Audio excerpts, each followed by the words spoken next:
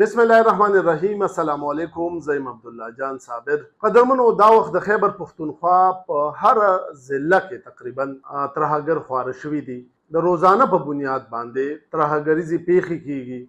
اول موږ دا وی چې دا د قبایلي سیمو پورې محدود دي، خو اوس چې په سوات او دیر په دغه سیمو کې شروع شوې نو موږ سره اندېښنه سیوا شوله. خو دې ځکه زما یو دوه سواله مخې ته راځي. یو دا چې کله موږ د صوبایي حکومت نه یا د پی ټی آی ورکرز نه یا د پی ټی آی د رهنماو نه تپوس دا کوو چې دا دهشتګردي ولې ده، دا ولې نه ختموئ؟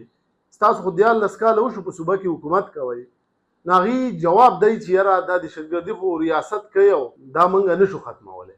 نو دې ځای کې د دوی دوغلاپن، د دوی منافقت ماته دا ښکاري چې کله د عوامي نیشنل پارټۍ په دور کې دهشتګردي وه نو بیا به دا خبره کېده چې دغه دهشتګردي عوامي نیشنل پارټۍ راوستې وه، اسفندیار ولي پښتانه خرڅ کړي دي او ډالر یې د پښتنو په سر اخیستي، ځکه چې کوم پښتانه مري که هغه د سکیورټي ادارو دي او کام دي نو دا عوامي نیشنل پارټۍ خرڅ کړي دي. دا خبره به کېده. په دې باندې عوامي نیشنل پارټي بدنامه کړه او موجوده چې کومه دهشتګردي ده نو وایي چې دا ریاست کوي.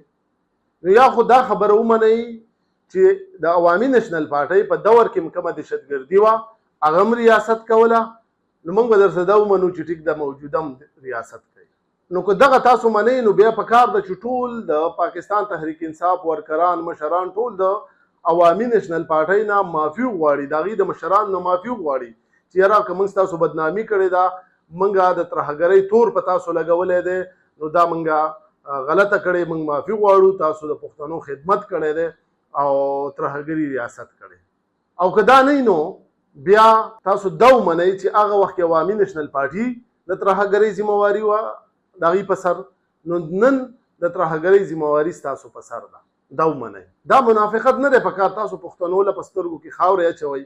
پښتنو ته وایئ چې یاره موږ حکومت کوو، موږ مراعات هم اخلو، موږ مزیم کوو، موږ کرپشن هم کوو، موږ خپل خپلوانو له فایدې هم ورکوو، خو موږ د بدامنۍ ذمہوار هم نه، موږ د بیروزګارۍ ذمہوار هم نه، موږ به د دې صوبې د تباهۍ ذمہوار هم نه.